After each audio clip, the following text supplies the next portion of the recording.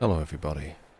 Hi, I am Sam and you are listening to Literacy, where I don't exactly have a cohesive theme for everything that I've got lined up for tonight, but it started with one, and then I sort of ran out of gas. So, yeah, hi, hello, welcome in.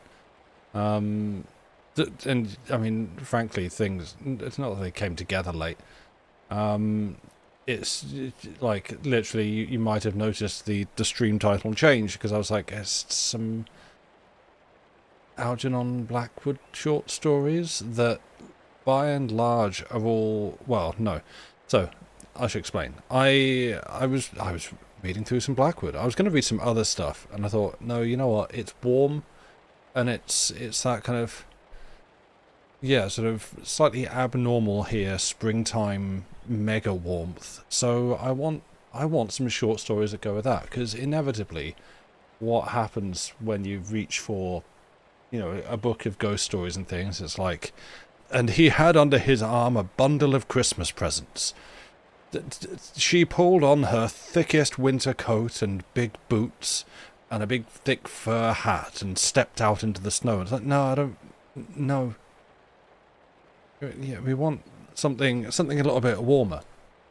And I started looking through my Blackwood short stories and found that he had a bunch, seemingly, that are all set in and around Egypt/deserts. And so at the last second, I've changed this stream title to a desert episode because that is literally the name of one of the stories. Except I couldn't find a full selection of stories by him that all fit this theme. Because there was another one that I started reading and I just wasn't feeling it. You kind of get halfway through a short story and you just sort of go, it's fine, but it's not really for me, and I don't want to just include something for the sake of it, So that then left me a bit short for any kind of decent runtime. And I'd been feeling like revisiting some older ones of Blackwood, which again, not on the theme of Egypt and deserts, but certainly I think of them as like warmer weather stories. I'm dropping frames.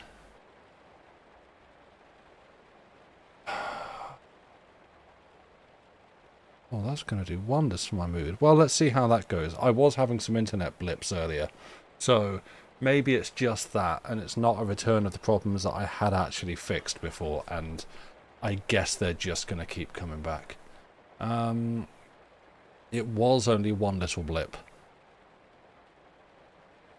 It says the pebble to the avalanche. Yeah, let's see. Helmadson, hello, welcome in. So, yeah, so I have a couple of stories along those lines, and then, depending on, frankly, how far my will to keep going can carry us, there's a couple others as well that, two in one, which I've written, both of these I've read before, about the guy who is also a woman, trying to be optimistic, that's fair. And because that's about them going on like a nice walk on a summer's day. And The Transfer, which was about a spooky haunted garden, or a spooky haunted patch in the garden. And I've not reread them to buff back up for today, so again, this is very much a I'm here, please forgive me, let's see how we go. But yeah, I do not I do not have the stereotypical, to the point of kind of offensively casually racist Middle Eastern modal music to swap to, or a yellow filter.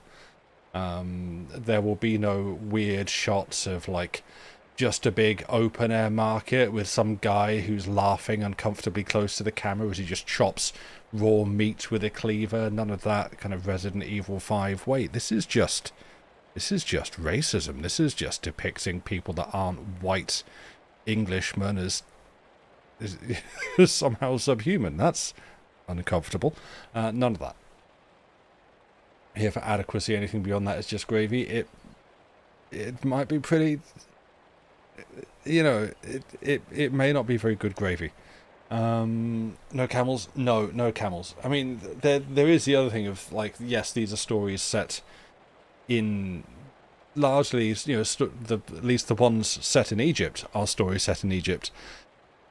And I think, as far as I can recall, everybody in them is white English. So, you know, that itself is its own talking point of discomfort. And speaking of talking points of discomfort, here's Joey.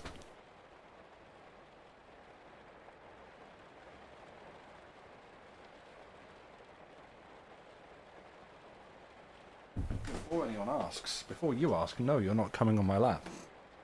And if you insist on asking to go on my lap, and chat insists on making me put you on my lap, I will shame you and tell them why you're not going on my lap. So don't ask, and we'll leave it there. Leave your dignity intact. Yes, Egypt, as in very, very English colonial depictions of Egypt, and for that I apologise. But also I feel like you don't exactly want someone from that era attempting to write characters of an Egyptian background. That's also going to get real offensive real fast. So yeah, you know, kind of a difficult lose-lose situation here. No, you can go on your cube, you can go on the window ledge, but you cannot go on me. Okay? Good boy. Right. So, yeah, we're probably going to run a bit short tonight's runtime. What? No, we're not. We can't. That's literally impossible for us to do. We're going to run short of the full, like, 2 hours long stream with a bunch of reading and, you know. But one Cozy Mystery series you actually enjoys the Amelia Peabody books, and you very much like them in spite of the rampant colonialism. It's a thing. Yeah, like...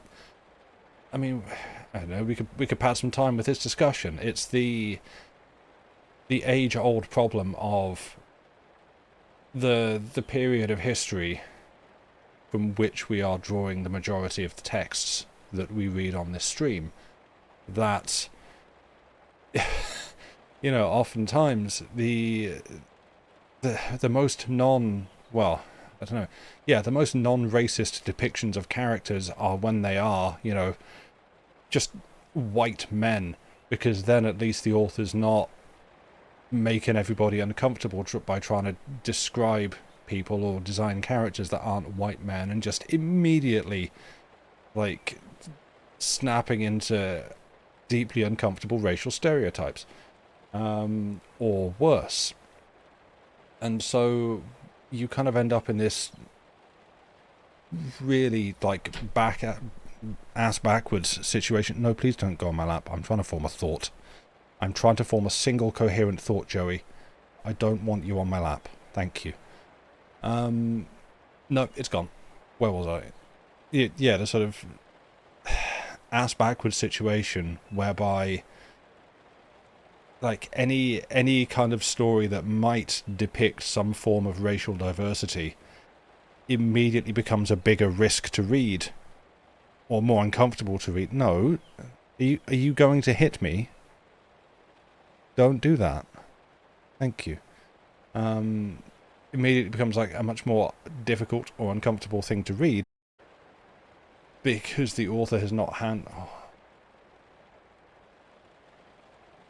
and we'd just dropped a bunch more frames.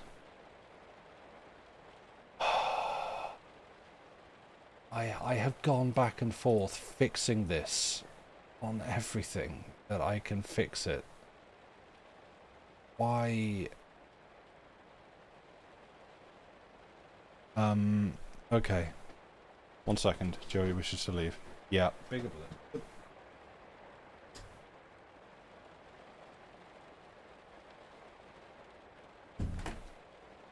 Right. Okay. Well, you know what then? Maybe I don't sit and ramble and flap my gums for half an hour. Let's just get on with the story. Let's go with the first one, if I can find it in my book. Where is it? Right, in here somewhere I marked you. A desert episode, there we go. But, yeah, we've had the discussion a lot before. You know where it's going. I don't need to finish that thought. Yeah. Just a lot of... a noticeable lack of diversity because these authors didn't handle diversity. Oh yeah, of course, subs. Thank you. Sorry, thank you. Thank you for the reminder, Diana. Diana, thank you very much for the 23 months. Also, Andy Pants for the 36 months and Arian for the 43. Thank you very much, all of you. 43 total, 80, whatever. That's... We are grateful for all of it. Thank you. I am not with it this evening, so yeah. But yeah, let's have a story. I hope everyone is well during the weekend. Yes, a dessert episode. Or pudding for us Brits. Right. Let's have a story.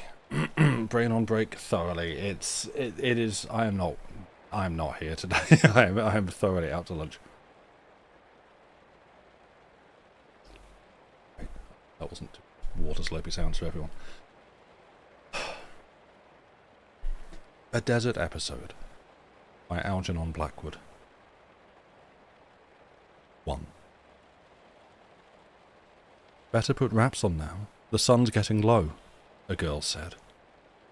It was the end of a day's expedition in the Arabian desert, and they were having tea. A few yards away the donkeys munched their barsim. Beside them, in the sand, the boys lay finishing bread and jam. Immense, with gliding tread, the sun's rays slid from crest to crest of the limestone ridges that broke the huge expanse towards the Red Sea. By the time the tea things were packed, the sun hovered a small ball of red above the pyramids. A giant ball of red above the pyramids. It stood in the western sky a moment, looking out of its majestic hood across the sand. With a movement almost visible, it leaped, paused, then leaped again. It seemed to bound towards the horizon. Then, suddenly, was gone. "It is cold, yes," said the painter, Rivers, and all who heard looked up at him because of the way he said it. A hurried movement ran through the merry party, and the girls were on their donkeys quickly, not wishing to be left to bring up the rear. They clattered off. The boys cried. The thud of sticks was heard. Hoofs shuffled through the sand and stones. In single file, the picnickers headed for Helouan, some 5 miles distant. And the desert closed up behind them as they went, following in a shadowy wave that never broke, noiseless, foamless, unstreaked, driven by no wind, and of a volume undiscoverable. Against the orange sunset the pyramids turned deep purple. The strip of silvery Nile among its palm trees looked like rising mist. In the incredible Egyptian afterglow the enormous horizons burned a little longer, then went out. The ball of the earth, a huge round globe that bulged, curved visibly as at sea. It was no longer a flat expanse. It turned. Its splendid curves were realized. "Better put wraps on. It's cold and the sun is low." And then the curious hurry to get back among the houses and the haunts of men. No more was said, perhaps, than this. Yet, the time and place being what they were, the mind became suddenly aware of that quality which ever brings a certain shrinking with it, vastness. And more than vastness, that which is endless, because it is also beginningless, eternity. A colossal splendour stole upon the heart, and the senses, unaccustomed to the usual stretch, reeled a little, as though the wonder was more than could be faced with comfort. Not all, doubtless, realized it, though to 2, at least, it came with a staggering impact there was no withstanding. 4. While the luminous greys and purples crept round them from the sandy wastes, The hearts of these two became aware of certain common things, whose simple majesty is usually dulled by mere familiarity. Neither the man nor the girl knew for certain that the other felt it, as they brought up the rear together. Yet the fact that each did feel it set them side by side in the same strange circle, and made them silent. They realized the immensity of a moment, the dizzy stretch of time that led up to the casual pinning of a veil, to the tightening of a stirrup strap, to the little speech with a companion, the roar of the vanished centuries that have ground mountains into sand and spread them over the floor of Africa. Above all, to the little truth that they themselves existed amid the whirl of stupendous systems, all delicately balanced as a spider's web, that they were alive. For a moment, this vast scale of reality revealed itself, then hid swiftly again behind the debris of the obvious. The universe, containing their two tiny yet important selves, stood still for an instant before their eyes. They looked at it, realized that they belonged to it. Everything moved and had its being, lived. Everything moved and had its being, lived, here in this silent, empty desert even more actively than in a city of crowded houses. The quiet Nile, sighing with age, passed down towards the sea. There loomed the menacing pyramids across the twilight. Beneath them, in monstrous dignity, crouched that shadow from whose eyes of battered stone proceeds the nameless thing that contracts the heart, then opens it again to terror. And everywhere, from towering monoliths, as from secret tombs, rose that strange, long whisper which, defying time and distance, laughs at death. The spell of Egypt, which is the spell of immortality, touched their hearts. Already, as the group of picnickers rode homewards now, the first stars twinkled overhead, and the peerless Egyptian night was on the way. There was hurry in the passing of the dusk, and the cold sensibly increased. "So you did no painting after all," said Rivers to the girl who rode a little in front of him, "for I never saw you touch your sketchbook once." They were some distance now behind the others. The line straggled, and when no answer came he quickened his pace, drew up alongside, and saw that her eyes, in the reflection of the sunset, shone with moisture. But she turned her head a little, smiling into his face, so that the human and the non-human beauty came over him with an onset that was almost shock. Neither one nor other, he knew, were long for him, and the realization fell upon him with a pang of actual physical pain. The acuteness, the hopelessness of the realization for a moment were more than he could bear, stern of temper though he was, and he tried to pass in front of her, urging his donkey with resounding strokes. Her own animal, however, following the lead, at once came up with him. "You felt it, perhaps, as I did," he said some moments later, his voice quite steady again. "The stupendous, everlasting thing, the life behind it all." He hesitated a little in his speech, unable to find the substantive that could compass even a fragment of his thought. She paused, too, similarly inarticulate before the surge of incomprehensible feelings. "It's awful," she said, half laughing, yet the tone hushed and a little quaver in it somewhere. And her voice to his was like the first sound he had ever heard in the world, and the first sound a full-grown man heard in the world would be beyond all telling. Magical. "I shall not try again," she continued, leaving out the laughter this time. "My sketchbook is a farce. For, to tell the truth—" And the next 3 words she said below her breath, "I dare not." He turned and looked at her for a second. It seemed to him that the following wave had caught them up and was about to break above her too. But the big-brimmed hat and the streaming veil shrouded her features. He saw, instead, the universe. He felt as though he and she had always been together, and always would be. Separation was inconceivable. "It came so close," she whispered. "It shook me." They were cut off from their companions, whose voices sounded far ahead. The words might have been spoken by the darkness, or by some one who peered at them from within that following wave. Yet the fanciful phrase was better than any he could find. From the immeasurable space of time and distance men's hearts vainly seek to plumb, it drew into closer perspective a certain meaning that words may hardly compass, a formidable truth that belongs to that deep place where hope and doubt fight their incessant battle. The awe she spoke of was the awe of immortality, of belonging to something that is endless and beginningless. And he understood that the tears and laughter were one, caused by that spell which takes a little human life and shakes it, as an animal shakes its prey that later shall feed its blood and increase its power of growth.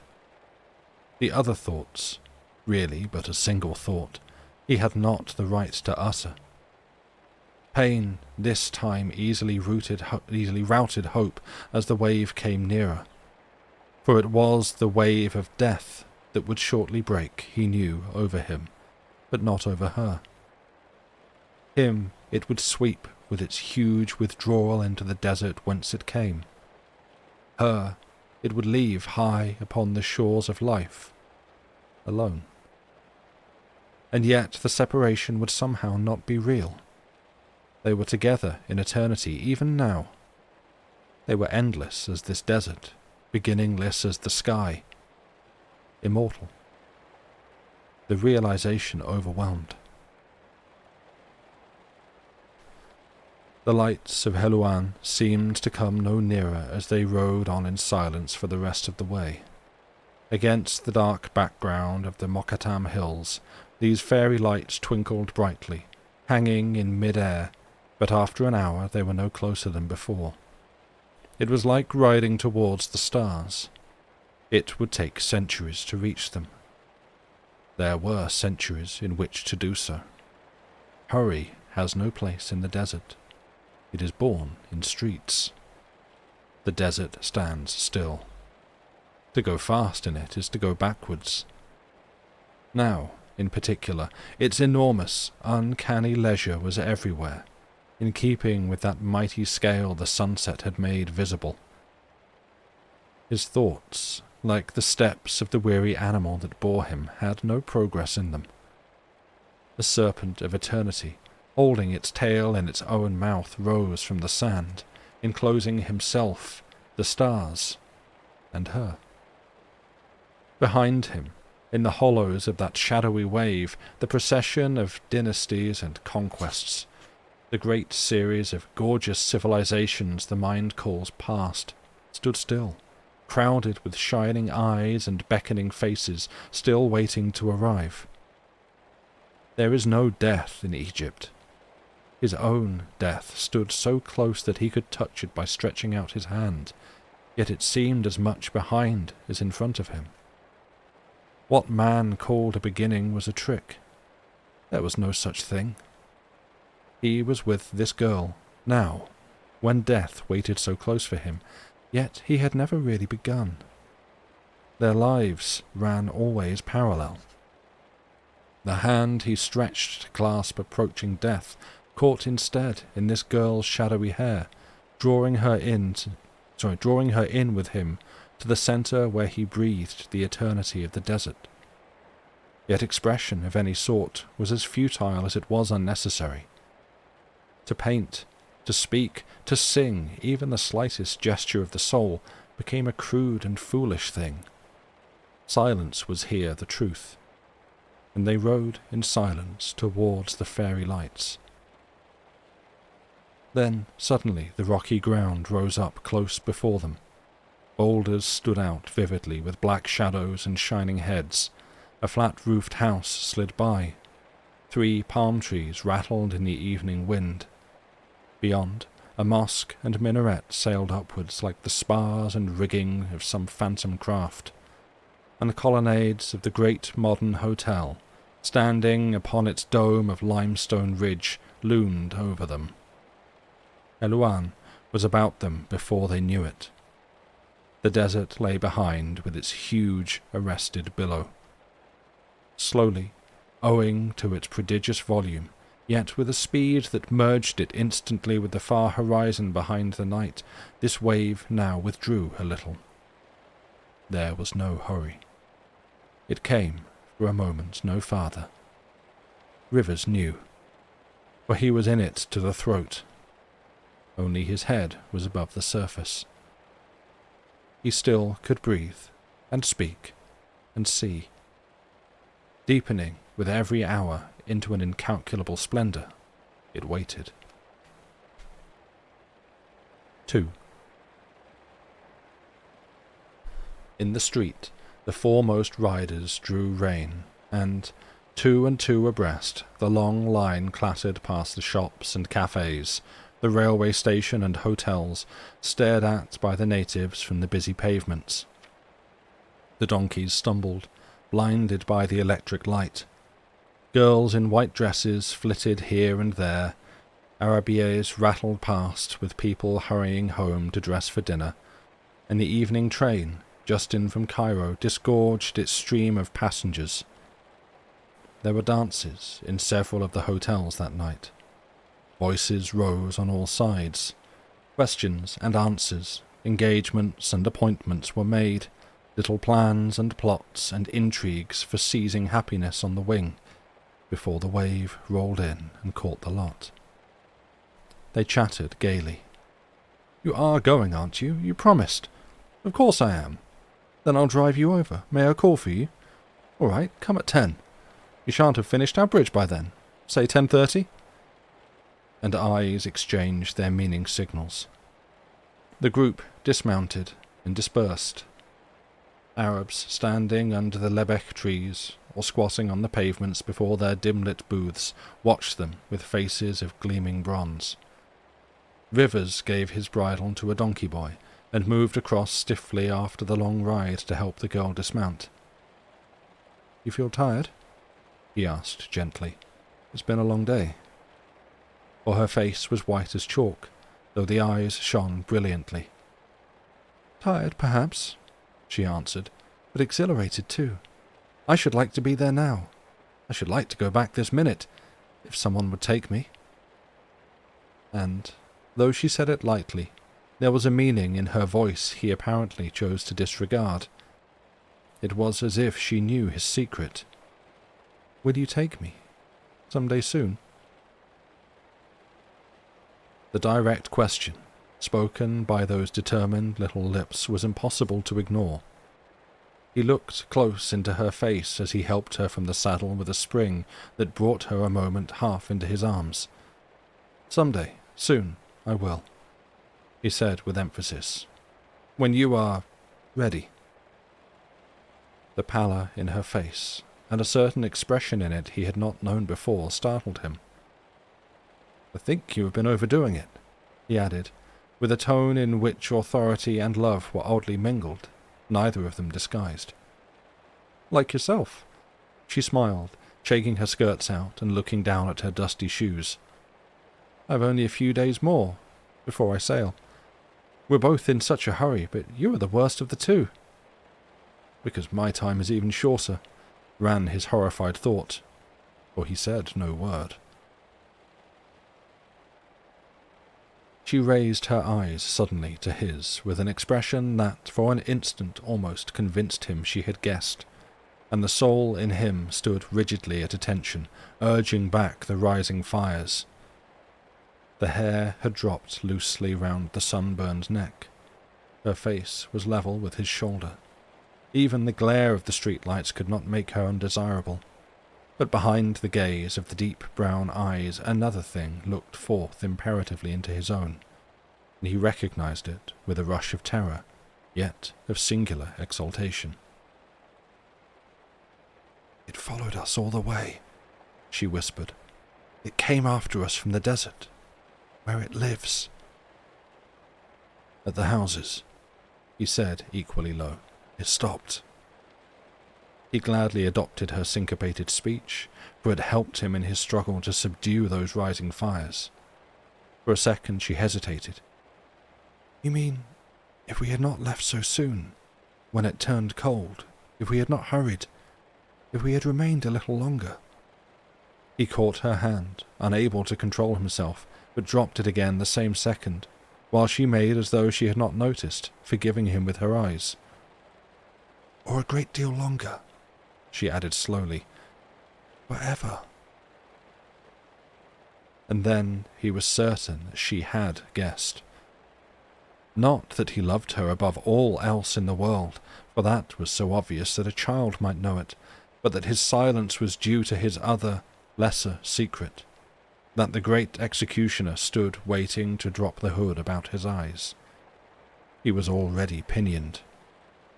Something in her gaze and in her manner persuaded him suddenly that she understood. His exhilaration increased extraordinarily.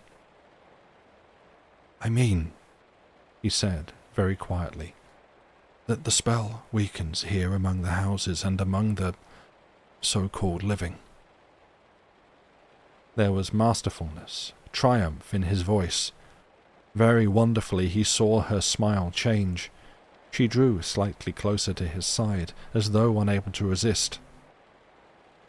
"Mingled with lesser things we should not understand completely," he added softly. "And that might be a mistake, you mean?"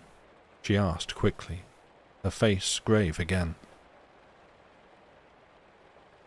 It was his turn to hesitate a moment. The breeze stirred the hair about her neck, bringing its faint perfume of young life, to his nostrils. He drew his breath in deeply, smothering back the torrent of rising words he knew were unpermissible. "Misunderstanding," he said briefly. "If the eye be single—" He broke off, shaken by a paroxysm of coughing. "You know my meaning," he continued as soon as the attack had passed. "You feel the difference here," pointing round him to the hotels, the shops, the busy stream of people. "The hurry, the excitement, the feverish, blinding child's play which pretends to be alive but does not know it." And again the coughing stopped him. This time she took his hand in her own, pressed it very slightly, then released it. He felt it as the touch of that desert wave upon his soul.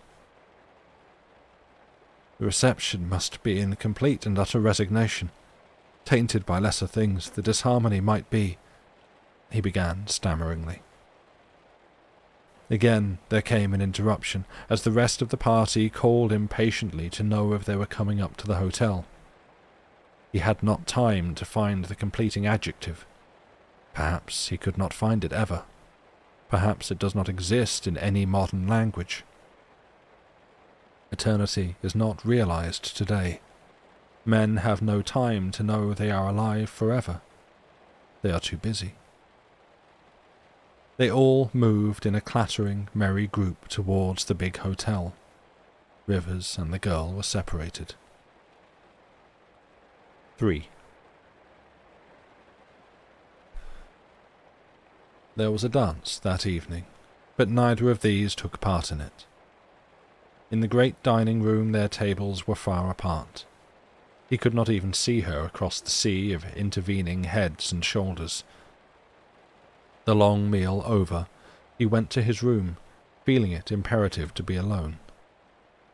He did not read, he did not write, but, leaving the light unlit, he wrapped himself up and leaned out upon the broad window-sill into the great Egyptian night. His deep-sunken thoughts, like to the crowding stars, stood still, yet forever took new shapes. He tried to see behind them, as, when a boy, He had tried to see behind the constellations, out into space, but there was nothing. Below him, the lights of Helouan twinkled like the Pleiades reflected in a pool of water. A hum of queer, soft noises rose to his ears, but just beyond the houses, the desert stood at attention, the vastest thing he had ever known, very stern yet very comforting, with its peace beyond all comprehension, its delicate, wild terror, and its awful message of immortality. And the attitude of his mind, though he did not know it, was one of prayer. From time to time he went to lie on the bed with paroxysms of coughing. He had overtaxed his strength, his swiftly fading strength. The wave had risen to his lips. Nearer 40 than 35, Paul Rivers had come out to Egypt, plainly understanding that with the greatest care he might last a few weeks longer than if he stayed in England. A few more times to see the sunset and the sunrise, to watch the stars, feel the soft airs of earth upon his cheeks. A few more days of intercourse with his kind, asking and answering questions, wearing the old familiar clothes he loved, reading his favourite pages, and then out into the big spaces where there is nothing. Yet no one, from his stalwart, energetic figure, would have guessed. No one but the expert mind, not to be deceived, to whom, in the first attack of overwhelming despair and desolation, he went for final advice. He left that house, as many had left it before, knowing that soon he would need no earthly protection of roof and walls, and that his soul, if it existed, would be shelterless in the space behind all manifested life. He had looked forward to fame and position in this world, had indeed already achieved the first step towards this end. And now, with the vanity of all earthly aims so mercilessly clear before him, he had turned, in somewhat of a nervous, concentrated hurry, to make terms with the infinite, while still the brain was there. And had, of course, found nothing. For it takes a lifetime crowded with experiment and effort to learn even the alphabet of genuine faith, and what could come of a few weeks' wild questioning, but confusion and bewilderment of mind? It was inevitable. He came out to Egypt wondering, thinking, questioning, but chiefly wondering. He had grown, that is, more childlike, abandoning the futile tool of reason, which hitherto had seemed to him the perfect instrument. Its foolishness stood naked before him in the pitiless light of the specialist's decision, or who can, by searching, find out God? To be exceedingly careful of overexertion was the final warning he brought with him, and, within a few hours of his arrival 3 weeks ago, he had met this girl and utterly disregarded it. He took it somewhat thus: instead of lingering, I'll enjoy myself and go out a little sooner. I'll live. The time is very short. His was not a nature, anyhow, that could heed a warning. He could not kneel. Upright and unflinching, he went to meet things as they came, reckless, unwise, but certainly not afraid. And this characteristic operated now. He ran to meet death full tilt in the uncharted spaces that lay between the stars. With love for a companion now, he raced, his speed increasing from day to day, she, as he thought, knowing merely that he sought her, but had not guessed his darker secret that was now his lesser secret. And in the desert, this afternoon of the picnic, the great thing he sped to meet had shown itself with its familiar touch of appalling cold and shadow, familiar because all minds know of and accept it, appalling because, until realized close and with the mental power at the full, it remains but a name the heart refuses to believe in. And he had discovered that its name was life. Rivers had seen the wave that sweeps incessant, tireless, but as a rule invisible, round the great curve of the bulging earth, brushing the nations into the deeps behind. It had followed him home to the streets and houses of Helouan. He saw it now, as he leaned from his window, dim and immense, too huge to break. Its beauty was nameless, undecipherable. His coughing echoed back from the wall of its great sides, and the music floated up at the same time from the ballroom in the opposite wing. The two sounds mingled. Life, which is love, and death, which is their unchanging partner, held hands beneath the stars. He leaned out farther to drink in the cool, sweet air. Soon, on this air his body would be dust, driven, perhaps, against her very cheek, trodden on possibly by her little foot, until, in turn, she joined him too, blown by the same wind loose about the desert. True. Yet at the same time they would always be together, always somewhere side by side, continuing in the vast universe alive. This new, absolute conviction was in him now. He remembered the curious, sweet perfume in the desert, as of flowers, where yet no flowers are. It was the perfume of life. But in the desert there is no life. Living things that grow and move and utter are but a protest against death. In the desert they are unnecessary because death there is not. Its overwhelming vitality needs no insolent, visible proof, no protest, no challenge, no little signs of life. The message of the desert is immortality. He went, finally, to bed, just before midnight. Hovering magnificently just outside his window, death watched him while he slept. The wave crept to the level of his eyes. He called her name. And downstairs, meanwhile, the girl, knowing nothing, wondered where he was. Wondered unhappily and restlessly. More, though this she did not understand, wondered motheringly. Until today, on the ride home and from their singular conversation together, she had guessed nothing of his reason for being at Helouan, where so many come in order to find life. She only knew her own. And she was but 25. Then, in the desert, when that touch of unearthly chill had stolen out of the sand towards sunset, she had realized clearly, astonished she had not seen it long ago, that this man loved her, yet that something prevented his obeying the great impulse. In the life of Paul Rivers, whose presence had profoundly stirred her heart the first time she saw him, there was some obstacle that held him back, a barrier his honour must respect. He could never tell her of his love. It could lead to nothing. Knowing that he was not married, her intuition failed her utterly at first.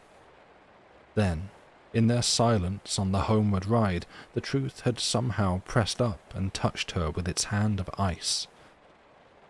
In that disjointed conversation at the end, which reads as it sounded, as though no coherent meaning lay behind the words, as though both sought to conceal by speech what yet both burned to utter, she had divined his darker secret, and knew that it was the same as her own. She understood then it was death that had tracked them from the desert, following with its gigantic shadow from the sandy wastes, the cold, the darkness, the silence which cannot answer, the stupendous mystery which is the spell of its inscrutable presence, had risen about them in the dusk and kept them company at a little distance until the lights of Helouan had bade it halt. Life which may not, cannot end, had frightened her. His time, perhaps, was even shorter than her own. None knew his secret, since he was alone in Egypt and was caring for himself. Similarly, since she bravely kept her terror to herself, her mother had no inkling of her own, aware merely that the disease was in her system, and that her orders were to be extremely cautious. This couple, therefore, shared secretly together the two clearest glimpses of eternity life has to offer to the soul. Side by side they looked into the splendid eyes of love and death. Life, moreover, with its instinct for simple and terrific drama, had produced this majestic climax, breaking with pathos at the very moment when it could not be developed, this side of the stars. They stood together upon the stage, a stage emptied of other human players. The audience had gone home, and the lights were being lowered. No music sounded. The critics were abed. In this great game of consequences it was known where he met her, and what he said, and what she answered, possibly what they did, and even what the world thought. But what the consequence was would remain unknown, untold. That would happen in the big spaces of which the desert in its silence, its motionless serenity, its shelterless, intolerable vastness, is the perfect symbol. And the desert gives no answer. It sounds no challenge, or it is complete. Life in the desert makes no sign. It is. 4.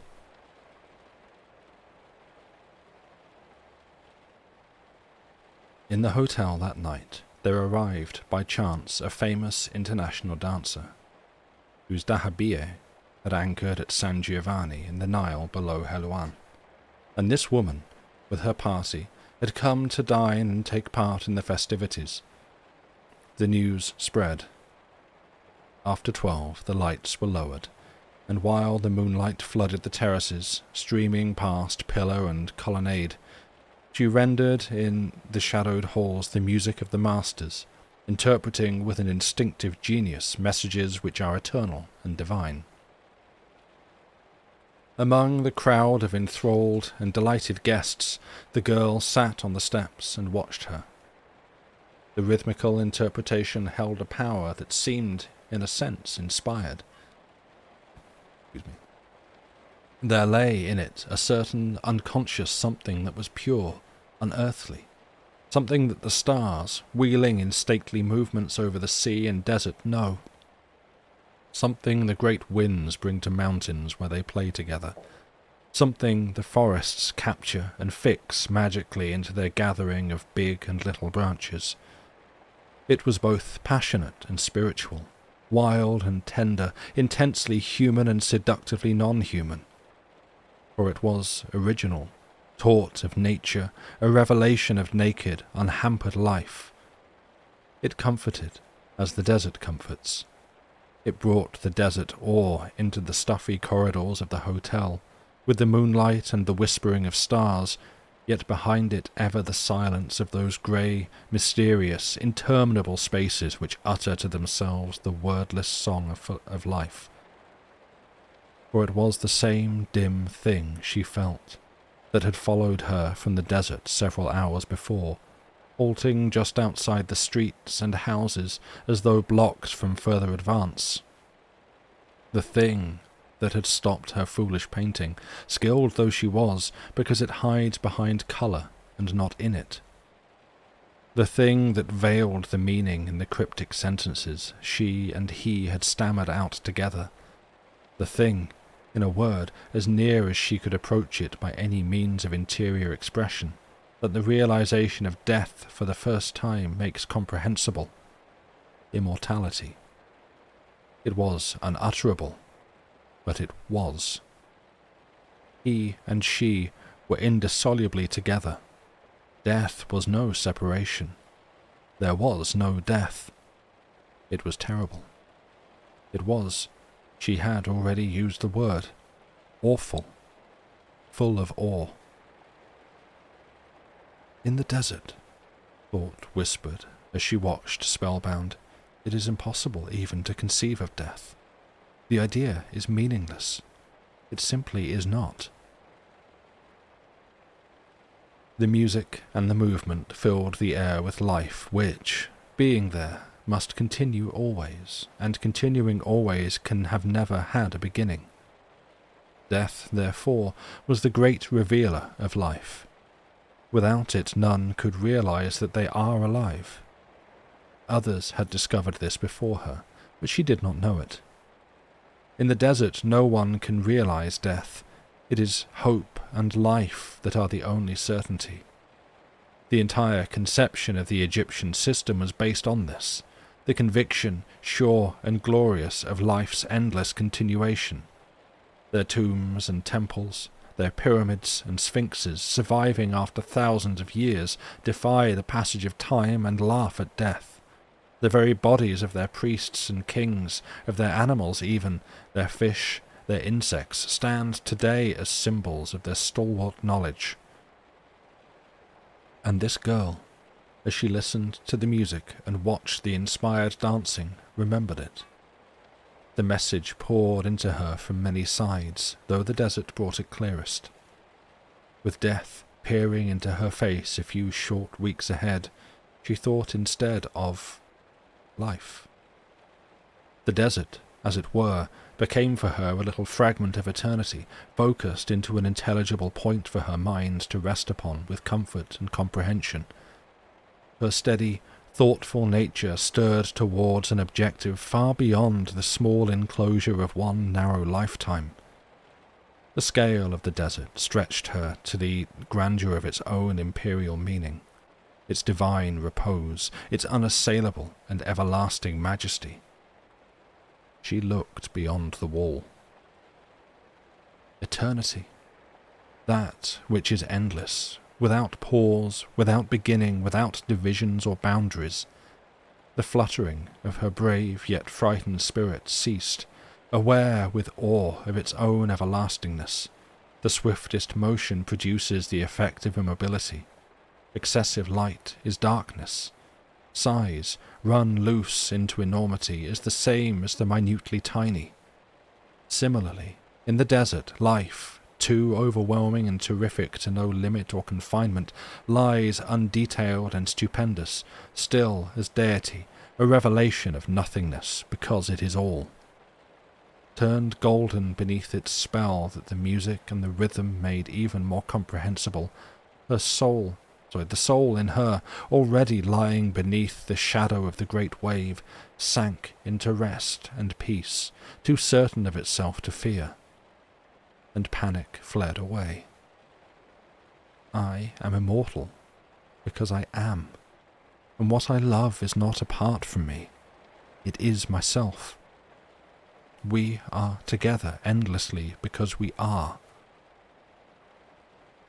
Yet, in reality, though the big desert brought this, it was love which, being of similar parentage, interpreted its vast meaning to her little heart.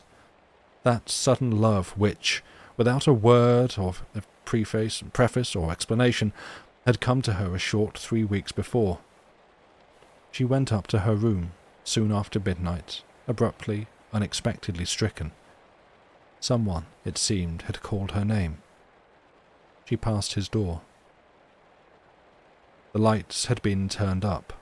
The clamour of praise was loud round the figure of the weary dancer as she left in a carriage for her dahabeeyah on the Nile. A low wind whistled round the walls of the great hotel, blowing chill and bitter between the pillars of the colonnades. The girl heard the voices float up to her through the night, and once more, behind the confused sound of the many, she heard her own name called, but more faintly than before, and from very far away. It came through the spaces beyond her open window. It died away again. Then, but for the sighing of that bitter wind, silence, the deep silence of the desert. And these two, Paul Rivers and the girl, between them merely a floor of that stone that built the pyramids, lay a few moments before the wave of sleep engulfed them. And, while they slept, two shadowy forms hovered above the roof of the quiet hotel, melting presently into one, as dreams stole down from the desert and the stars. Immortality whispered to them. On either side rose life and death, towering in splendour. Love, joining their spreading wings, fused the gigantic outlines into one. The figures grew smaller, comprehensible. They entered the little windows. Above the beds they paused a moment, watching, waiting, and then, like a wave that is just about to break, they stooped. And in the brilliant Egyptian sunlight of the morning, as she went downstairs, she passed his door again. She had awakened, but he slept on. He had preceded her. It was next day she learned his room was vacant. Within the month, she joined him, and within the year the cool north wind that sweetens Lower Egypt from the sea blew the dust across the desert as before. It is the dust of kings, of queens, of priests, princesses, lovers. It is the dust no earthly power can annihilate. It, too, lasts forever. There was a little more of it. The desert's message slightly added to. Immortality. The end.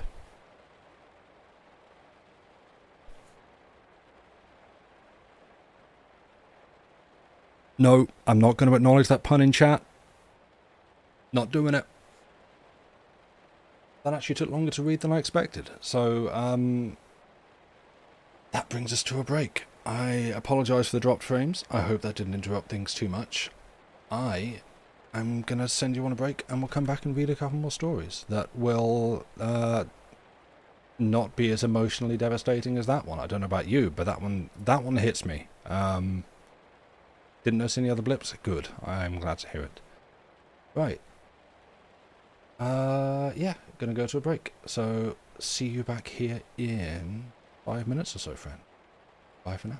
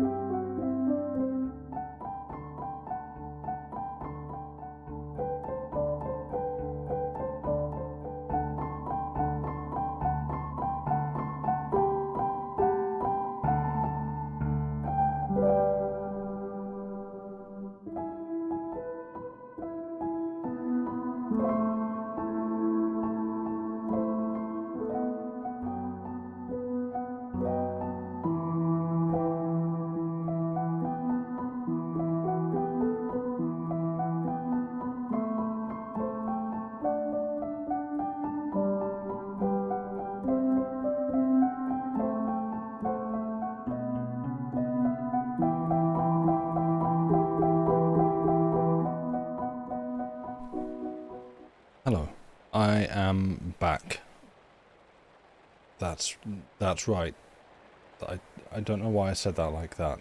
Like it was somehow unexpected. But hi, yes, hello, I'm back. Yeah, I apologise for the continued drop frames. It's I think. Well, I don't know. It's necessarily directly OBS's fault. Like that. Basically, there exists a.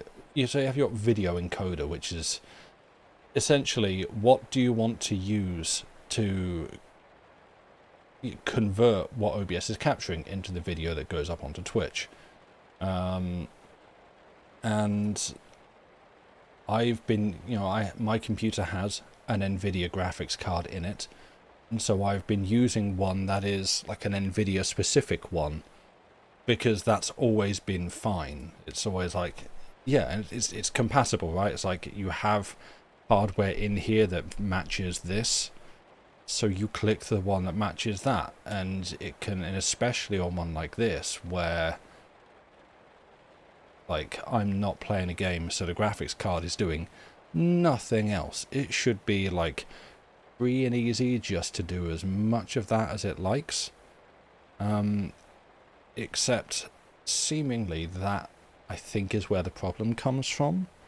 And so my solution to it is to change it to a different video encoder, which in theory should be less efficient, except it's not. And so what I don't know is whether NVIDIA, who make the graphics card and who make the drivers that enable the graphics card to work, whether they've done something and put like an update in a patch somewhere that has busted that, or whether it is like an OBS update that has made it incompatible with whatever version of the driver that I'm using.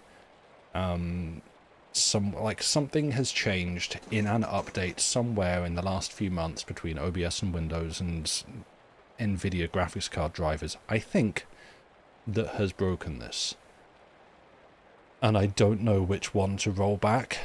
Some, one, all, or none of them. And it's just, yeah. So, that's the fun talk about what's going on there.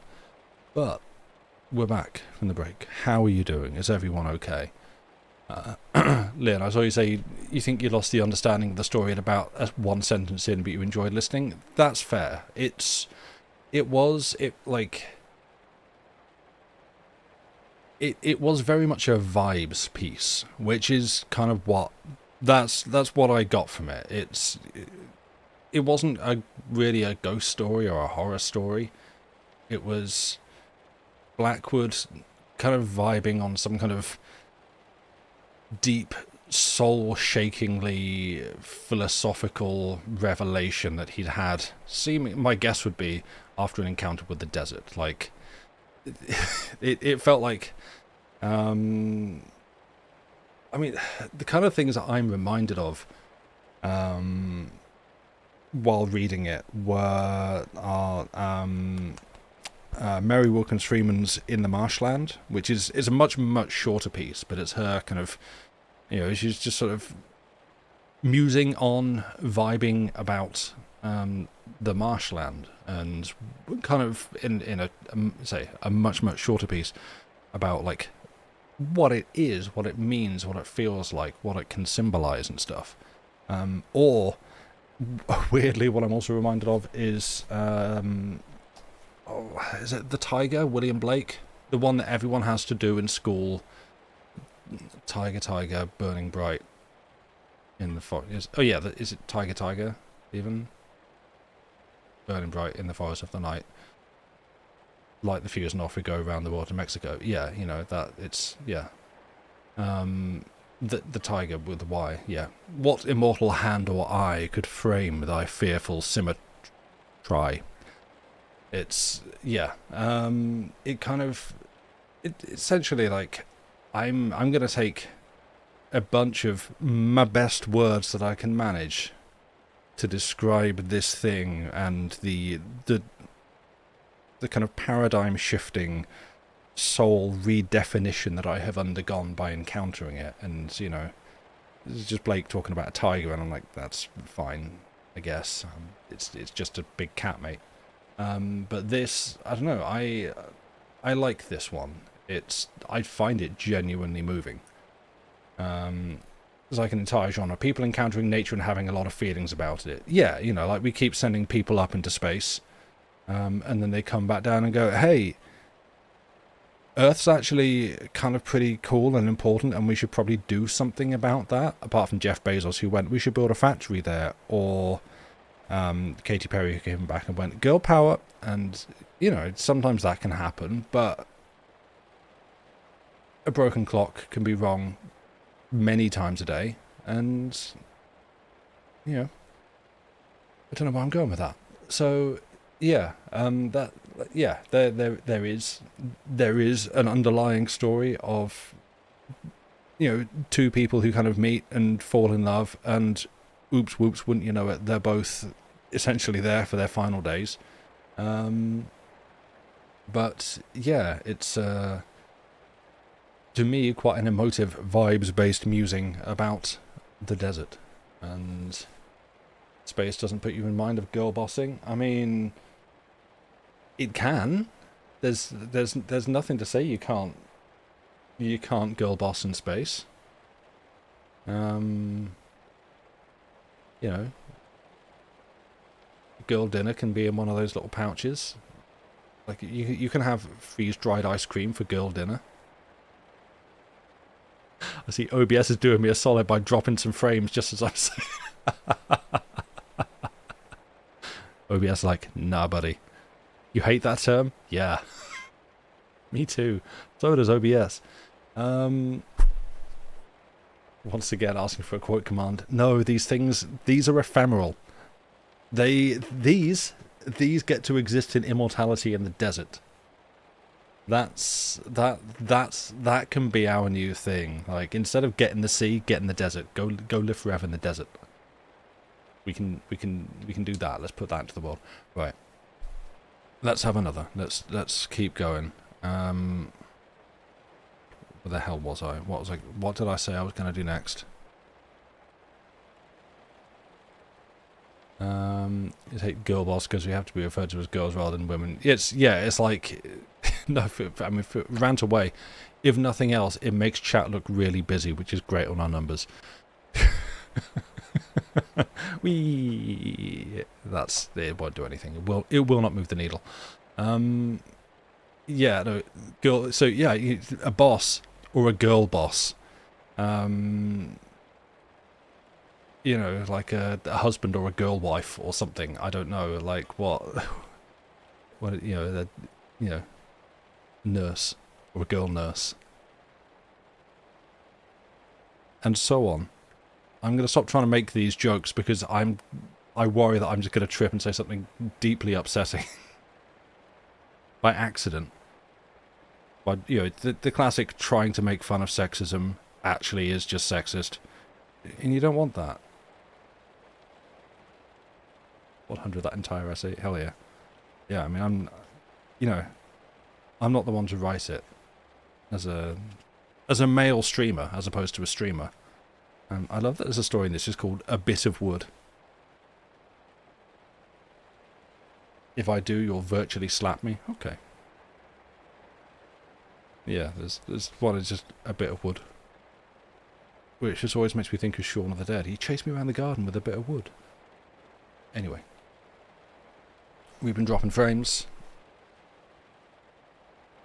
A bit of wood, violin. Ooh. Now that's going to upset people. You were talking to Lucy. Oh, about the essay. Yeah, no, I figured. No, nobody's commissioning an essay from me. That's for damn sure. And exactly how that should be. Right. I'm a man, therefore I think...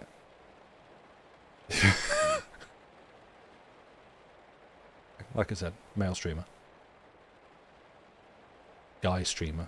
Like, and maybe if I'd been better as a teenager, I'd been a guy footballer. But hey. Right, this next one is linked at the top of chat. We're going to drop frames in the middle of it. It's like a fairly consistent 1%.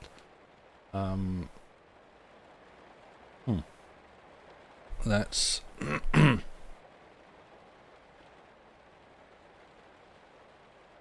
Does this chat pass the Bechdel test? You talk about something else that's not me.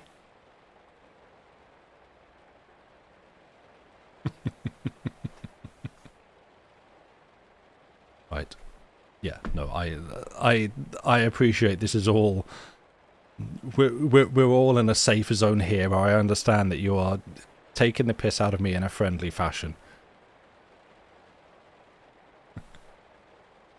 That's fine. Hold on, let me stick ally into the tags. No, I'm not. I'm joking. Right. This next story is also by Algernon Blackwood, and it is called By Water. The night before young Larson left to take up his new appointment in Egypt, he went to the clairvoyant. He neither believed nor disbelieved. He felt no interest, for he already knew his past and did not wish to know his future. "Just to please me, Jim," the girl pleaded. "The woman is wonderful. Before I had been 5 minutes with her, she told me your initials, so there must be something in it." "She read your thoughts." He smiled indulgently. "Even I can do that." But the girl was in earnest. He yielded, and that night at his farewell dinner he came to give his report of the interview. The result was meagre and unconvincing. Money was coming to him. He was soon to make a voyage, and he would never marry. "So you see how silly it all is," he laughed, for they were to be married when his first promotion came. He gave the details, however, making a little story of it in the way he knew she loved. "But was that all, Jim?" the girl asked. But the girl asked it, looking rather hard into his face. "Aren't you hiding something from me?" He hesitated a moment, then burst out laughing at her clever discernment. "There was a little more," he confessed. "But you take it all so seriously. He had to tell it then, of course. The woman had told him a lot of gibberish about friendly and unfriendly elements. She said water was unfriendly to me. I was to be careful of water, or else I should come to harm by it. Fresh water only," he hastened to add, seeing that the idea of shipwreck was in her mind. "Drowning?" the girl asked quickly. "Yes," he admitted, with reluctance but still laughing. "She did say drowning, though drowning in no ordinary way." The girl's face showed uneasiness a moment. "What does that mean? Drowning in no ordinary way?" she asked, a catch in her breath. But that he could not tell her, because he did not know himself. He gave, therefore, the exact words. "You will drown, but you will not know you drown." It was unwise of him. He wished afterwards he had invented a happier report, or had kept this detail back. "I'm safe in Egypt anyhow," he laughed. "I shall be a clever man if I can find enough water in the desert to do me harm." And all the way from Trieste to Alexandria he remembered the promise she had extracted, that he would never once go on the Nile unless duty made it imperative for him to do so. He kept that promise like the literal, faithful soul he was. His love was equal to the somewhat quixotic sacrifice it occasionally involved. Fresh water in Egypt there was practically none other, and in any case the Natrum works where his duty lay had their headquarters some distance out into the desert. The river, with its banks of welcome, refreshing verdure, was not even visible. Months passed quickly, and the time for leave came within measurable distance. In the long interval luck had played the cards kindly for him. Vacancies had occurred, early promotion seemed likely, and his letters were full of plans to bring her out to share a little house of their own. His health, however, had not improved. The dryness did not suit him. Even in this short period his blood had thinned, his nervous system deteriorated, and, contrary to the doctor's prophecy, the waterless air had told upon his sleep. A damp climate liked him best, and once the sun had touched him with its fiery finger. His letters made no mention of this. He described the life to her, the work, the sport, the pleasant people, and his chances of increased pay and early marriage. And a week before he sailed, he rode out upon a final act of duty to inspect the latest diggings his company were making. His course lay some 20 miles into the desert behind El Chobak, and towards the limestone hills of the Gubal Haidi, and he went alone, carrying lunch and tea, for it was the weekly holiday of Friday, and the men were not at work. The accident was ordinary enough. On his way back in the heat of early afternoon, his pony stumbled against a boulder on the treacherous desert film, threw him heavily, broke the girth, bolted before he could seize the reins again, and left him stranded some 10 or 12 miles from home. There was a pain in his knee that made walking difficult, a buzzing in his head that troubled sight and made the landscape swim, while, worse than either, his provisions, fastened to the saddle, had vanished with the frightened pony into those blazing leagues of sand. He was alone in the desert, beneath the pitiless afternoon sun, 12 miles of utterly exhausting country between him and safety. Under normal conditions, he could have covered the distance in 4 hours, reaching home by dark. But his knee pained him so that a mile an hour proved the best he could possibly do. He reflected a few minutes. The wisest course was to sit down and wait till the pony told its obvious story to the stable and help should come. And this was what he did, for the scorching heat and glare were dangerous. They were terrible. He was shaken and bewildered by his fall, hungry and weak into the bargain, and an hour's painful scrambling over the baked and burning little gorges must have speedily caused complete prostration. He sat down and rubbed his aching knee. It was quite a little adventure. Yet, though he knew the desert might not be lightly trifled with, he felt at the moment nothing more than this, and the amusing description of it he would give in his letter, or, intoxicating thought, by word of mouth. In the heat of the sun he began to feel drowsy. A soft torpor crept over him. He dozed. He fell asleep. It was a dreamless sleep, for when he woke at length the sun had just gone down, the dusk lay awfully upon the enormous desert, and the air was chilly. The cold had waked him. Quickly, as though on purpose, the red glow faded from the sky. The first stars shone. It was dark. The heavens were deep violet. He looked round and realized that his sense of direction had gone entirely. Great hunger was in him. The cold already was bitter as the wind rose, but the pain in his knee having eased, he got up and walked a little, and in a moment lost sight of the spot where he had been laying. The shadowy desert swallowed it.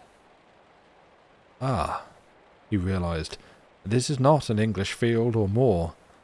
I'm in the desert. The safe thing to do was to remain exactly where he was. Only thus could the rescuers find him. Once he wandered, he was done for. It was strange that the search party had not yet arrived.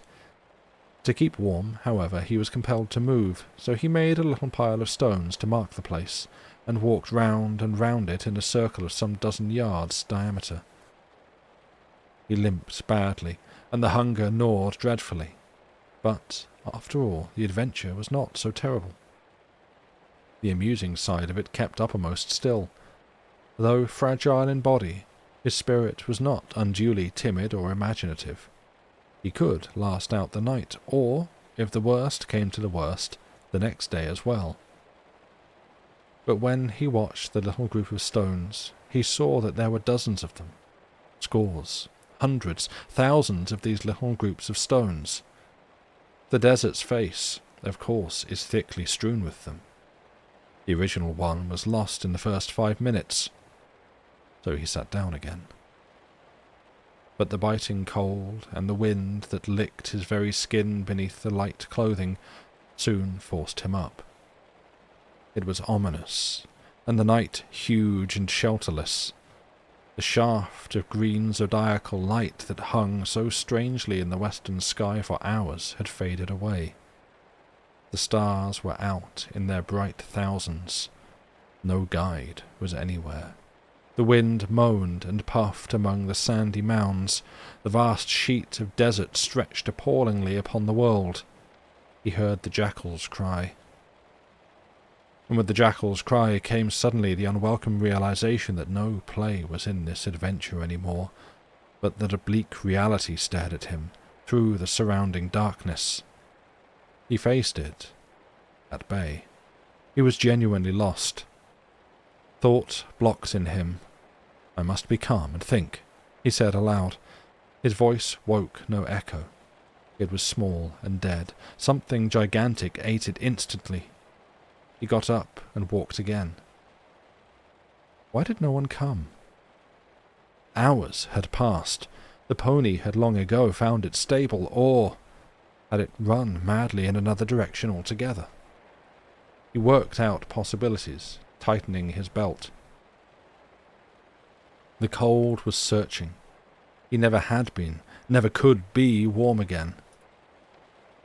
The hot sunshine of a few hours ago seemed the merest dream. Unfamiliar with hardship, he knew not what to do, but he took his coat and shirt off, vigorously rubbed his skin where the dried perspiration of the afternoon still caused clammy shivers, swung his arms furiously like a London cabman, and quickly dressed again. Though the wind upon his bare back was fearful, he felt warmer a little. He lay down, exhausted, sheltered by an overhanging limestone crag, and took snatches of fitful dog's sleep, while the wind drove overhead and the dry sand pricked his skin. One face continually was near him, one pair of tender eyes, two dear hands smoothed him. He smelt the perfume of light brown hair. It was all natural enough. His whole thought, in his misery, ran to her in England. England where there was soft, fresh grass, big sheltering trees, hemlock and honeysuckle in the hedges, while the hard, black desert guarded him, and consciousness dipped away at little intervals under this dry and pitiless Egyptian sky. It was perhaps 5 in the morning when a voice spoke, and he started up with a horrid jerk. The voice of that clairvoyant woman. The sentence died away into the darkness, but one word remained. Water. At first he wondered, but at once explanation came. Cause and effect were obvious. The clue was physical. His body needed water, and so the thought came up into his mind. He was thirsty. This was the moment when fear first really touched him. Hunger was manageable, more or less, for a day or two, certainly. But thirst and the desert were an evil pair that, by cumulative suggestion gathering since childhood days, brought terror in. Once in the mind it could not be dislodged. In spite of his best efforts, the ghastly thing grew passionately, because his thirst grew too. He had smoked much, had eaten spiced things at lunch, had breathed in alkali with the dry, scorched air. He searched for a cool flint pebble to put into his burning mouth, but found only angular scraps of dusty limestone. There were no pebbles here. The cold helped a little to counteract, but already he knew that in himself subconsciously the dread of something that was coming. What was it? He tried to hide the thought and bury it out of sight. The utter futility of his tiny strength against the power of the universe appalled him. And then he knew. The merciless sun was on the way, already rising. Its return was like the presage of execution to him. It came. With true horror he watched the marvellous swift dawn break over the sandy sea. The eastern sky glowed hurriedly as from crimson fires, ridges not noticeable in the starlight, turned black in endless series like flat-topped billows of a frozen ocean. Wide streaks of blue and yellow followed as the sky dropped sheets of faint light upon the wind-eaten cliffs and showed their undersides. They did not advance. They waited till the sun was up, and then they moved. They rose and sank. They shifted as the sunshine lifted them and the shadows crept away. But in an hour there would be no shadows any more. There would be no shade. The little groups of stones began to dance. It was horrible. The unbroken huge expanse lay round him, warming up, 12 hours of blazing hell to come. Already the monstrous desert glared, each bit familiar, since each bit was a repetition of the bit before, behind, on either side. It laughed at guidance and direction. He rose and walked. For miles he walked, though how many, north, south, or west, he knew not. The frantic thing was in him now, the fury of the desert. He took its pace, its endless, tireless stride, the stride of the burning, murderous desert that is waterless. He felt it alive, a blindly heaving desire in it to reduce him to its conditionless, awful dryness. He felt, yet knowing this was feverish and not to be believed, that his own small life lay on its mighty surface, a mere dot in space, a mere heap of little stones.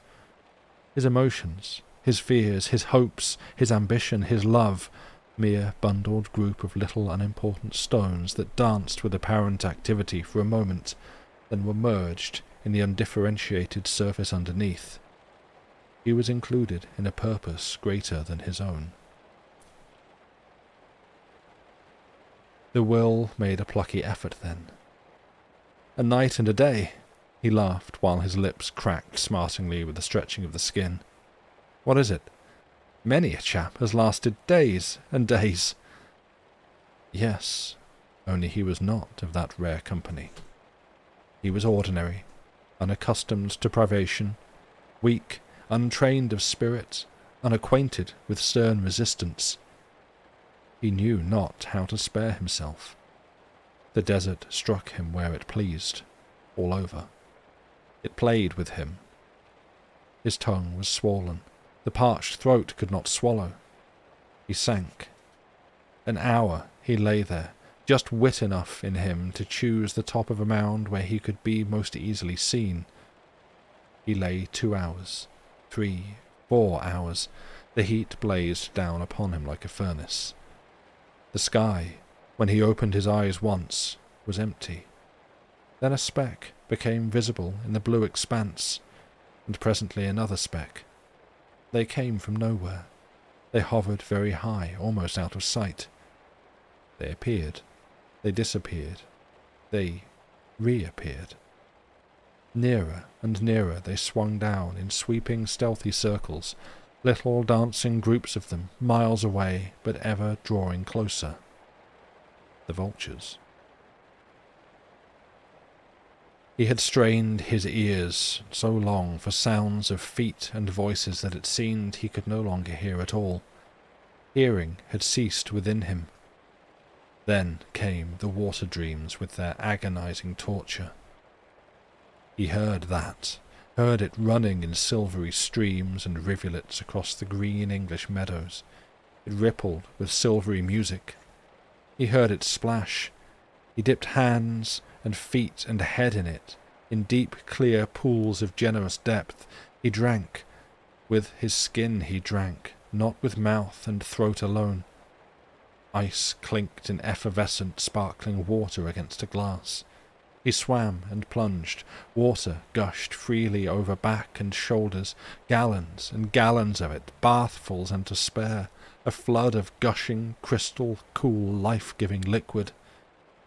And then he stood in a beech wood and felt the streaming deluge of delicious summer rain upon his face, heard it drip luxuriantly upon a million thirsty leaves. The wet trunks shone. The damp moss spread its perfume. Ferns waved heavily in the moist atmosphere. He was soaked to the skin in it. A mountain torrent, fresh from fields of snow, foamed boiling past, and the spray fell in a shower upon his cheeks and hair. He dived, head foremost. He was up to the neck, and she was with him. They were under water together. He saw her eyes gleaming into his own beneath the copious flood. The voice, however, was not hers. You will drown, yet you will not know you drown. His swollen tongue called out a name, but no sound was audible. He closed his eyes. There came sweet unconsciousness. A sound in that instant was audible, though. It was a voice, voices, and the thud of animal hoofs upon the sand. The specks had vanished from the sky as mysteriously as they came, and, as though in answer to the sound, he made a movement, an automatic, unconscious movement. He did not know he moved, and the body, uncontrolled, lost its precarious balance. He rolled, but he did not know he rolled. Slowly, over the edge of the sloping mound of sand, he turned sideways. Like a log of wood, he slid gradually, turning over and over, nothing to stop him, to the bottom. A few feet only, and not even steep. Just steep enough to keep rolling slowly. There was a splash, but he did not know there was a splash. They found him in a pool of water, one of these rare pools the desert Bedouin mark preciously for their own. He had lain within 3 yards of it for hours. He was drowned, but he did not know he drowned. The end. But, the good news, per the previous story, he's now immortal, so, you know.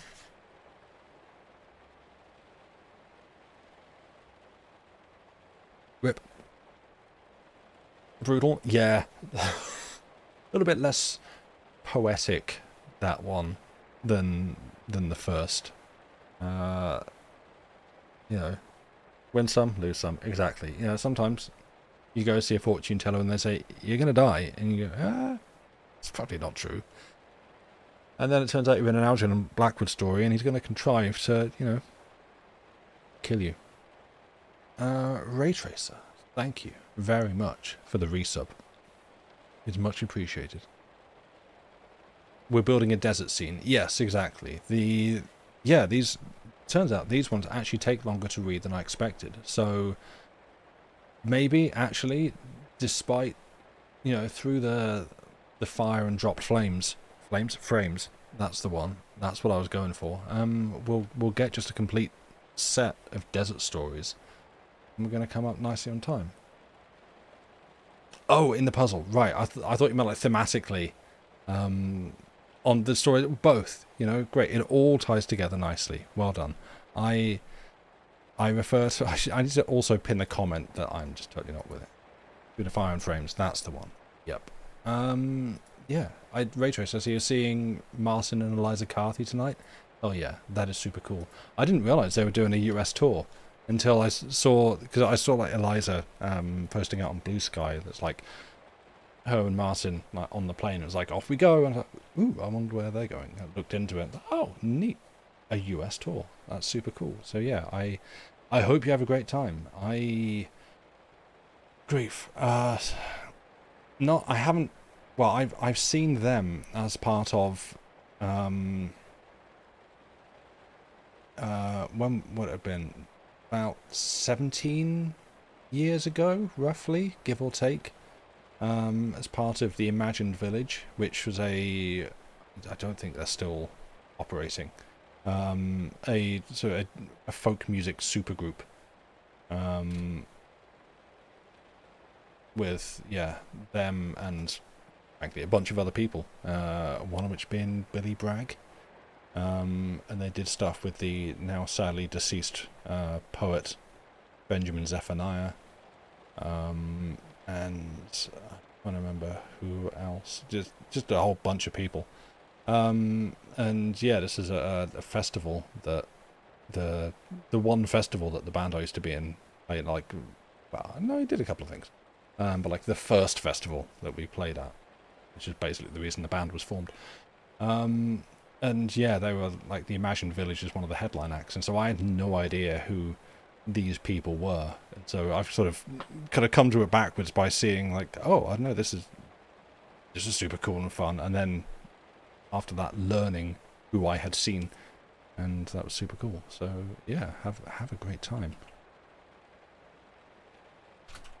I am just putting a link to the last story. Guess why you chose that specific thing to build? I wouldn't have a clue. No, none whatsoever. Good theming, nice. I like it. I still need to think of what to do for a thumbnail for this, but I might just do some sand. Find a good stock picture of some sand that's not AI generated. But yeah, this will be our last story for tonight. It's a short one. And this one's actually included in my very big, very expensive, very illustrated Algernon Blackwood collection. I am not reading from that because I do not wish to cack up the pages of that book. Like I said, very, very illustrated, very expensive. I don't want to scuff that up. So, I'm reading it from my much smaller, much cheaper edition. So I can do whatever I like with these pages, including read them to you now. Cool segue, Sam. Thanks. I'm going to ride it off in the distance now.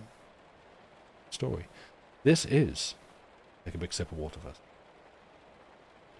But now, this is... an Egyptian Hornet. The word... No, I have a cat hair in my mouth. Yeah, it's a very fourth wall breaking story. It's kind of bizarre. No, let's try again. An Egyptian Hornet by Algernon Blackwood. The word has an angry, malignant sound that brings the idea of attack vividly into the mind. There is a vicious sting about it somewhere. Even a foreigner, ignorant of the meaning, must feel it. A hornet is wicked. It darts and stabs. It pierces, aiming without provocation for the face and eyes. The name suggests a metallic droning of evil wings, fierce flight, and poisonous assault. Though black and yellow, it sounds scarlet. There is blood in it, a striped tiger of the air in concentrated form. There is no escape if it attacks. In Egypt, an ordinary bee is the size of an English hornet, but the Egyptian hornet is enormous. It is truly monstrous, an ominous, dying terror. It shares that universal quality of the land of the Sphinx and pyramids, great size. It is a formidable insect, worse than scorpion or tarantula.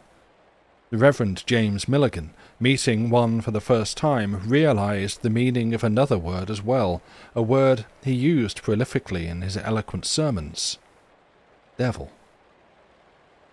One morning in April, when the heat began to bring the insects out, he rose as usual betimes and went across the wide stone corridor to his bath. The desert already glared in through the open windows. The heat would be afflicting later in the day, but at this early hour the cool north wind blew pleasantly down the hotel passages. It was Sunday, and at 8:30 he would appear to conduct the morning service for the English visitors. The floor of the passageway was cold beneath his feet in their thin native slippers of bright yellow. He was neither young nor old. His salary was comfortable. He had a competency of his own, without wife or children to absorb it. The dry climate had been recommended to him, and the big hotel took him in for next to nothing. And he was thoroughly pleased with himself, for he was a sleek, vain, pompous, well-advertised personality, but mean as a rat. No worries of any kind were on his mind as, carrying sponge and towel, scented soap, and a bottle of Scrub's ammonia, he travelled amiably across the deserted, shining corridor to the bathroom. And nothing went wrong with the Reverend James Milligan until he opened the door and his eye fell upon a dark, suspicious-looking object clinging to the window pane in front of him. And even then, at first he felt no anxiety or alarm, but merely a natural curiosity to know exactly what it was. This little clot of an odd-shaped, elongated thing that stuck there on the wooden framework 6 feet before his aquiline nose. He went straight up to see it, then stopped dead. His heart gave a distinct, unclerical leap. His lips formed themselves into unregenerate shape. He gasped, "Good God, what is it?" For something unholy, something wicked as a secret sin, stuck there before his eyes in the patch of blazing sunshine. He caught his breath. For a moment he was unable to move, as though the sight half fascinated him. Then, cautiously, and very slowly, stealthily in fact, he withdrew towards the door he had just entered. Fearful of making the smallest sound, he retraced his steps on tiptoe. His yellow slippers shuffled. His dry sponge fell and bounded till it settled, rolling close beneath the horribly attractive object facing him. From the safety of the open door, with ample space for retreat behind him, he paused and stared. His entire being focused itself in his eyes. It was a hornet that he saw. It hung there, motionless and threatening between him and the bathroom door, and at first he merely exclaimed, below his breath, "Good God! It's an Egyptian hornet!" Being a man with a reputation for decided action, however, he soon recovered himself. He was well schooled in self-control. When people left his church at the beginning of the sermon, no muscle of his face betrayed the wounded vanity and annoyance that burned deep in his heart. But a hornet sitting directly in his path was a very different matter. He realized in a flash that he was poorly clothed. In a word, that he was practically half naked. From a distance, he examined this intrusion of the devil. It was calm and very still. It was wonderfully made, both before and behind. Its wings were folded upon its terrible body. Long, sinuous things, pointed like temptation, barbed as well, stuck out of it. There was poison, and yet grace in its exquisite presentment. Its shiny black was beautiful, and the yellow stripes upon its sleek, curved abdomen were like the gleaming ornaments upon some feminine body of the seductive world he preached against. Almost he saw an abandoned dancer on the stage. And then, swiftly in his impressionable soul, the simile changed, and he saw instead more blunt and aggressive forms of destruction. The well-filled body, tapering to a horrid point, reminded him of those perfect engines of death that reduce hundreds to annihilation unawares. Torpedoes, shells, projectiles, crammed with secret, desolating powers. Its wings, its awful, quiet head, its delicate, slim waist, its stripes of brilliant saffron, all these seemed the concentrated prototype of abominations made cleverly by the brain of man and beautifully painted to disguise their invisible freight of cruel death. "Bah!" he exclaimed, ashamed of his prolific imagination. "It's only a hornet after all, an insect." And he contrived a hurried, careful plan. He aimed a towel at it, rolled up into a ball, but did not throw it. He might miss. He remembered that his ankles were unprotected. Instead, he paused again, examining the black and yellow object in safe retirement near the door, as one day he hoped to watch the world in leisurely retirement in the country. It did not move. It was fixed and terrible. It made no sound. Its wings were folded. Not even the black antennae, blunt at the tips like clubs, showed the least stir or tremble. It breathed, however. He watched the rise and fall of the evil body. It breathed air in and out as he himself did. The creature, he realized, had lungs and heart and organs. It had a brain. Its mind was active all this time. It knew it was being watched. It merely waited. Any second, with a whiz of fury and with perfect accuracy of aim, it might dart at him and strike. If he threw the towel and missed, it certainly would. There were other occupants of the corridor, however, and the sound of steps approaching gave him the decision to act. He would lose his bath if he hesitated much longer. He felt ashamed of his timidity, though pusillanimity was the word thought selected owing to the pulpit vocabulary it was his habit to prefer.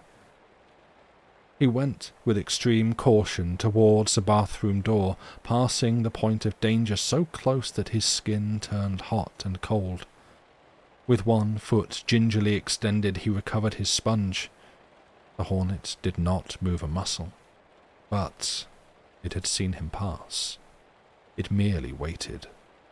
All dangerous insects had that trick. It knew quite well he was inside. It knew quite well he must come out a few minutes later. It also knew quite well that he was naked. Once inside the little room, he closed the door with exceeding gentleness, lest the vibration might stir the fearful insect to attack. The bath was already filled, and he plunged to his neck with a feeling of comparative security. A window into the outside passage he also closed, so that nothing could possibly come in, and steam soon charged the air and left its blurred deposit on the glass. For 10 minutes he could enjoy himself and pretend that he was safe. For 10 minutes he did so. He behaved carelessly, as though nothing mattered, and as though all the courage in the world were his. He splashed and soaped and sponged, making a lot of reckless noise. He got out and dried himself. Slowly the steam subsided, the air grew clearer, and he put on dressing gown and slippers. It was time to go out. Unable to devise any further reason for delay, he opened the door softly 1/2 inch, peeping out, and instantly closed it again with a resounding bang. He had heard the drone of wings. The insect had left its perch and now buzzed upon the floor directly in his path. The air seemed full of stings. He felt stabs all over him.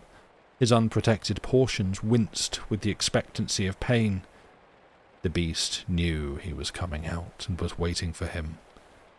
In that brief instant he had felt its sting all over him, on his unprotected ankles, on his back, his neck, his cheeks, in his eyes, and on the bald clearing that adorned his Anglican head.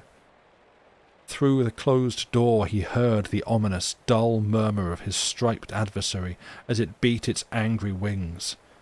Its oiled and wicked sting shot in and out with fury. Its deft legs worked. He saw its tiny waist already writhing with the lust of battle. Ugh, that tiny waist. A moment's steady nerve and he could have severed that cunning body from the directing brain with one swift, well-directed thrust, but his nerve had utterly deserted him. Human motives, even in the professedly holy, are an involved affair at any time. Just now, in the Reverend James Milligan, they were quite inextricably mixed. He claims this explanation, at any rate, in excuse of his abominable subsequent behaviour. For, exactly at this moment, when he had decided to admit cowardice by ringing for the Arab servant, a step was audible in the corridor outside, and courage came with it into his disreputable heart. It was the step of a man he cordially disapproved of, using the pulpit version of hated and despised. He had overstayed his time, and the bath was in demand by Mr. Mullins. Mr. Mullins invariably followed him at 7:30.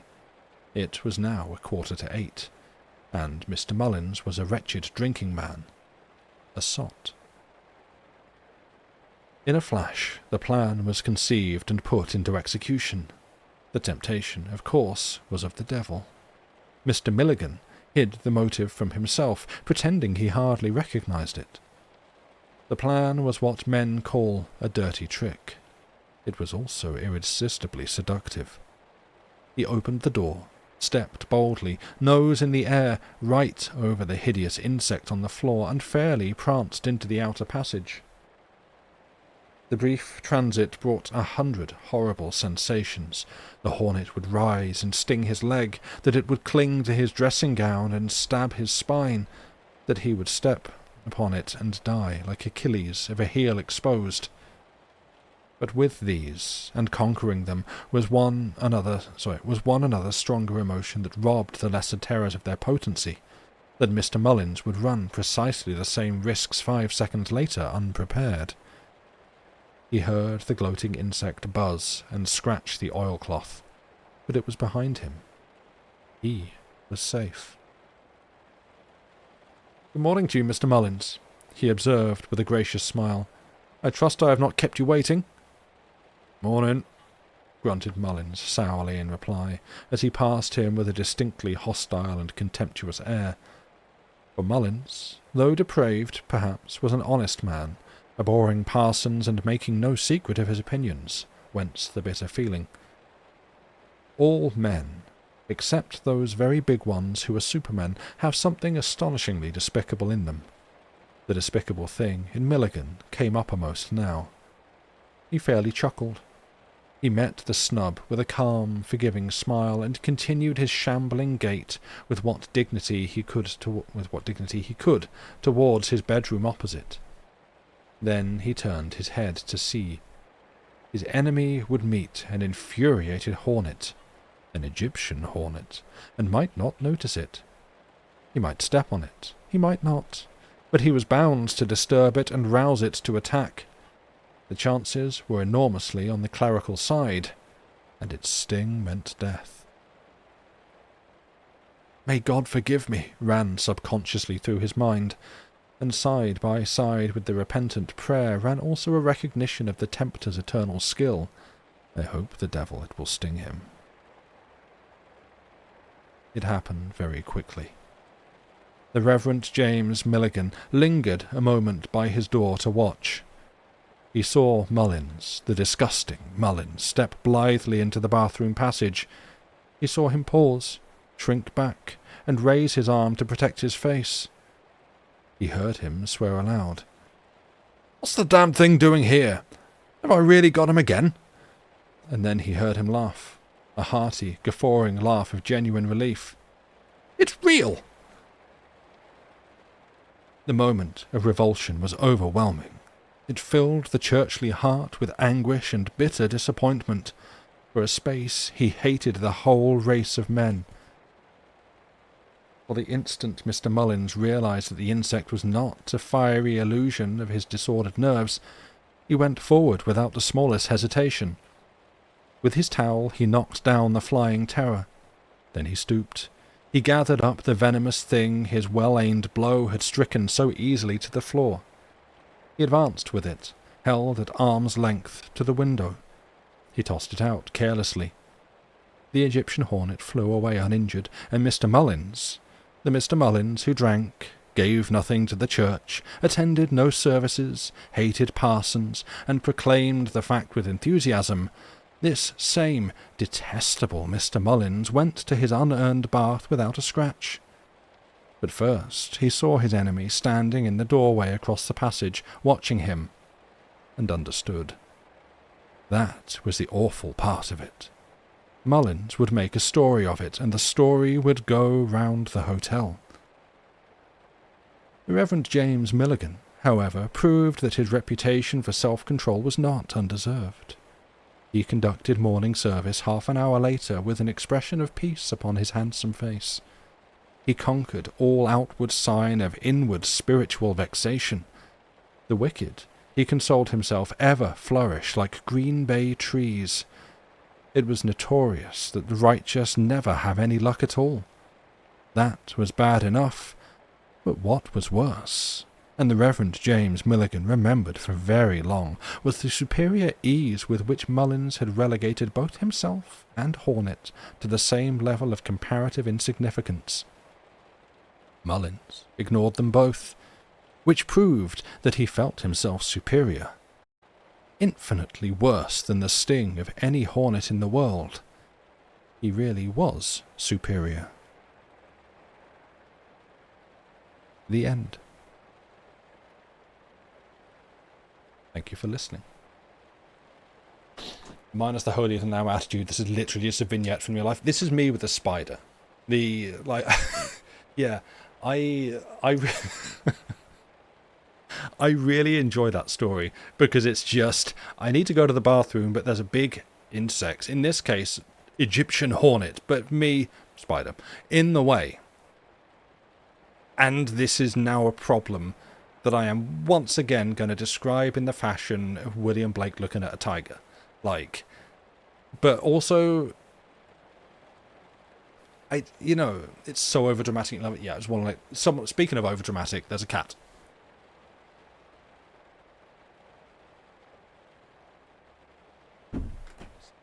Don't go on me. Also speaking of overdramatic, welcome in, Dave Raid. I understand you had a bad time playing Blueprints. You're welcome, Lynn. No worries. Thank you for being here. Yes. Welcome in, Raiders. And Amras. Thank you for the resub. No, the button doesn't let you be silly.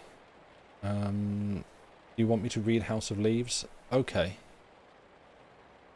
Why don't you House of Leaves this chat? Bam! Get banned, son. Yeah, as you know, press the silly button. No. Yeah, we also have silly buttons we can press for people who are unruly in chat. Also, a thought that I remembered. I like, in heavy quotation marks, to imply the sarcasm. I like how in the first two stories, the male protagonist gets a name, and in both of them, the woman counterpart, the female, is the girl. Please don't sit there, Joey. No. If you're gonna get arsey, you can go somewhere else. Thank you. Yeah, it's very funny to me that it's like somebody Rivers and his is a man and girl, or was it fella who's gone to see a clairvoyant and girl. I find that funny in the sad way. You had to save yourself from a frog once. Everyone who was not afraid of frogs failed to catch it. Ah, that sucks. Yeah, as a devout arachnophobe, like lifelong card-carrying arachnophobe, I've had plenty of moments where I'm just like, I would like to go over there, but spider. And yeah, I appreciate the just sort of very clear, very unambiguous statements that he's making in this one. Like this is when a big spider hovers above your doorway. Spider in the bathroom, it's Spider's house now. Yes, exactly. Yeah. Yeah, how it's just like, oh, it's so sarcastic about the holier-than-thou, extremely pious priest, and the man, Mullins, who, how does he put it?